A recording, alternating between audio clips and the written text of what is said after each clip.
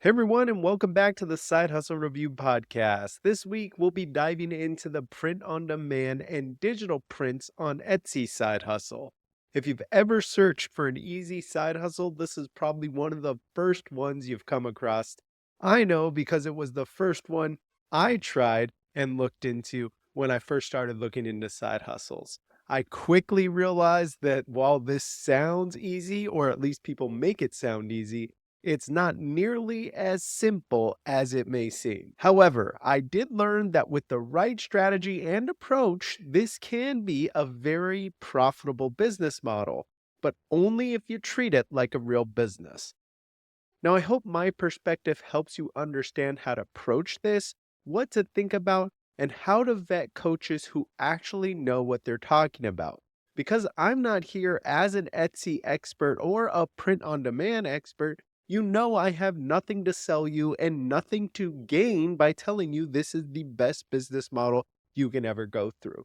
I have done extensive research. I've gone through classes. I've even had long conversations with people that do this as their full-time job. So this breakdown is really meant to help you as if you have a big brother or sister that researched it for you and wants to tell you what they know. So here's what we'll be breaking down today. What is print demand and digital prints? How Etsy works and how people make money selling on it.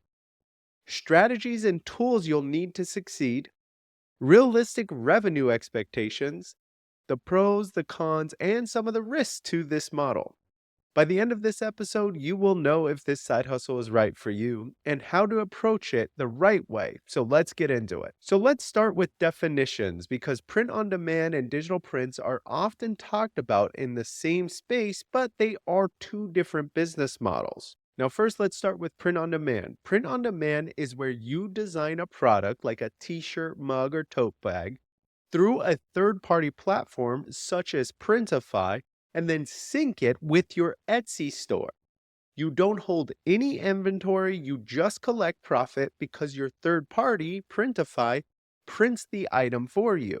So think of it this way, you design a simple t-shirt, put a design across the chest, and it sits on a website. Once somebody clicks buy and purchases the item, Printify takes that order, prints it, and sends it to the person for you. Now, a key challenge here is you are competing with thousands of other sellers. All will have the same t-shirts, mugs, and things like that.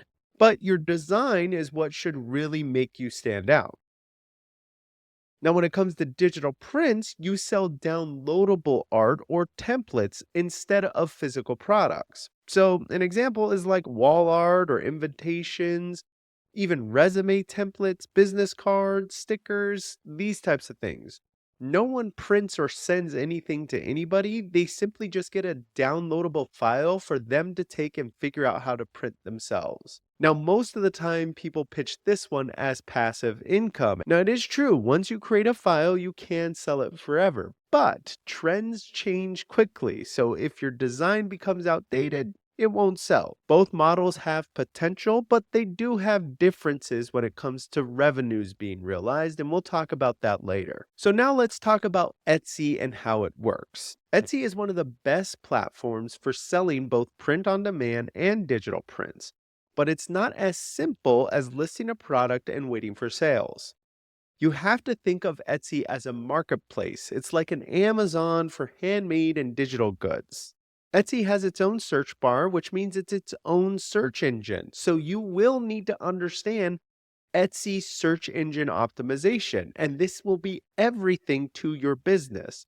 Because if your product doesn't rank and people don't see it, it won't sell. And it's never sustainable to rely on ads alone. You are going to need organic traffic in order for this to be profitable. Now, how would a seller like you make money? There's two main ways sellers succeed on Etsy. Some do low volume, high margin strategies, selling things like premium niche designs with a higher price tags. Usually these are handmade goods. There's also the high volume, low margin strategy. This means selling trendy, fast moving designs at a lower price, like $3 to $10. An example of this would be wall art or these t-shirts we're talking about, even resume template. The reality is most Etsy sellers don't make money overnight. The platform rewards sellers with history, reviews, and traffic, which means you'll have to be consistent in order to nail this one. Now, if you're serious about succeeding with print on demand or digital prints, there are a few tools and skills you will need to master. First, you have to understand some key platforms. One will be Printful or Printify. Both are now the same company. They integrate with Etsy, even Shopify, and more. These are ones that would help you do your print on demand service, as we talked about. So they will take the order, print it onto the t-shirt or mug, and send it off to your customers. You will also need to have some design tools. Something like Canva is very beginner friendly. It's great for templates. They have tons of arts you can sample, and they're really good for simple designs. Now, if you're a more advanced graphic artist, you'll know Adobe Illustrator, Photoshop. Those are best for creating unique, high quality designs. And then there's tons of AI tools you can use to lean on and create designs, although Etsy is starting to change its policy on how you use AI art. So you're going to have to make sure you're up to date before you start leveraging that. Now, one of the most critical things you have to understand is search engine optimization. Etsy has its own search bar where you can see what are things that are commonly searched. This is a very primitive way to look at it, but it's kind of like Google suggests, so you can start typing a product name and see what people are searching for. But really, to get more advanced, you would want to use things like Everbee and eRank. These tools show you what's trending and can help you with keyword optimization. Now, usually to be very successful, you need to focus not on just a niche and not just what's cool, but where there's a gap in supply. What you'll want to use is something like eRank to find things that are highly searched and not many products being shown. Once you find something like that, which eRank does show you these things, you can start designing products to that search. Now, look, this is not for the faint of heart. You're not going to be able to just nail this one with one product. Let's say you do find a gap in supply. What you will need to do is make at least 50 to maybe even 80 different designs that fit that gap because you don't know what the people are looking for. So you have to put a lot of samples out there and see what starts getting clicks and attention. Once you do, you can start to design more around that type of look and feel and build from there. Now, it's not just as simple as finding the supply gap. You also have to understand how to use keywords wisely, because once you find this search term that has a gap, you're going to have to work these words into your titles, your tags, your descriptions, because all of these things matter. On top of that, one of the most critical things to drive interest to your product are your mockups. These are the photos that show up before the person clicks into your design or as they scroll through and look at different designs. Remember, you've never printed the shirt, so you're going to have to mock them up and try and really show it in real life. This is a very important part of your whole product listing process, and many beginners overlook it. Now, once you do start generating sales, you're going to want to leverage those customers that have bought from you and make more products they may be interested in. This is called the flywheel. It's just like when you go to your local coffee shop, buy your coffee, and you go every day.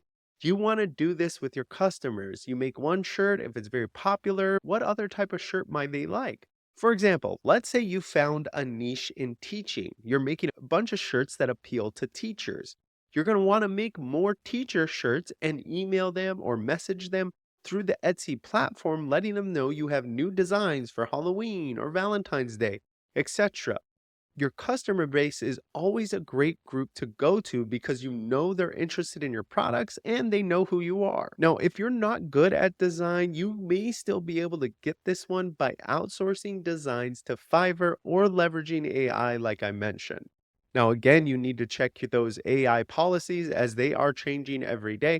But Fiverr is a place where if you find a good designer, you might be able to do this. Some of the people I've spoke to that are running successful Etsy shops do use Fiverr designers from time to time. Now, when I first started looking into this side hustle, I found that most of the people, when they were talking about revenue and how much money you can make, never factored in the Etsy fees, the Printify fees, nothing like that. They were just talking about gross revenue and not net. Now, as of today, here are where the fees fees kind of range for Etsy. Your listing fee is 20 cents per product, even if it doesn't sell. Your transaction fee is around 6.5%. There is a payment processing fee of 3% or 25 cents per order. It varies by country. And there are offsite ad fees if Etsy advertises your product, which is 12 to 15%. So an example is if you sell a $20 digital print, let's say, Etsy takes 6.5%, which would be $1.30. There's a payment processing fee of 85 cents, and then there's a ad fee that could be up to $3. So your actual earnings would be closer to $15 or $17 per sale, and that's for a digital product. If you start to do print on demand, you have to factor in the cost of goods. So this is why your pricing and your profit margins really matter when it comes to this business. You will have to watch these very closely and make sure you come out to a balance that works out for you. Not saying it's impossible, it certainly isn't. There's so many people very successful at this, but they will tell you this is a critical part on making it or breaking it in this business. It's also important to mention there are a few other costs you have to think about. Returns are on you. There's also the cost of those tools of eRank and Everbee, which are a monthly subscription, which you can pay annually. They will be critical to your business, so considering that. And then there are going to be some odds and ends, miscellaneous things that you're going to have to consider. I do want to talk about some of the risks and dependencies you will have when it comes to this business. Etsy is a great platform, but you need to understand the risks. Some of the biggest risks is Etsy owns your business. One algorithm change, your traffic tanks. A new CEO who doesn't like POD, your listings disappear overnight. Sudden policy changes, sellers get banned all the time. So you need to understand that while you are committing to this Etsy approach, you should really diversify and try and sell these designs on other platforms as well. You can do that through Shopify stores, Gumroad, or even Creative Market. These things are great hedges if anything changes to your Etsy business. It's also important to build an email list. Find ways to collect your customer emails if Etsy policy lets you so they don't control your full audience. Bottom line is if Etsy stays your only source of income, you are playing a very risky game. So really make sure you can find a way to leverage your designs in other places that's not adding too much to your workload, but does diversify your income streams so you can take on any of these risks or changes as they come along. All right, that'll do it for this week's episode. Next week, I'm going to be covering dropshipping, which is one of the most hyped online side hustles I have found. I will let you know, is it worth it? Can you still make money? Is it oversaturated?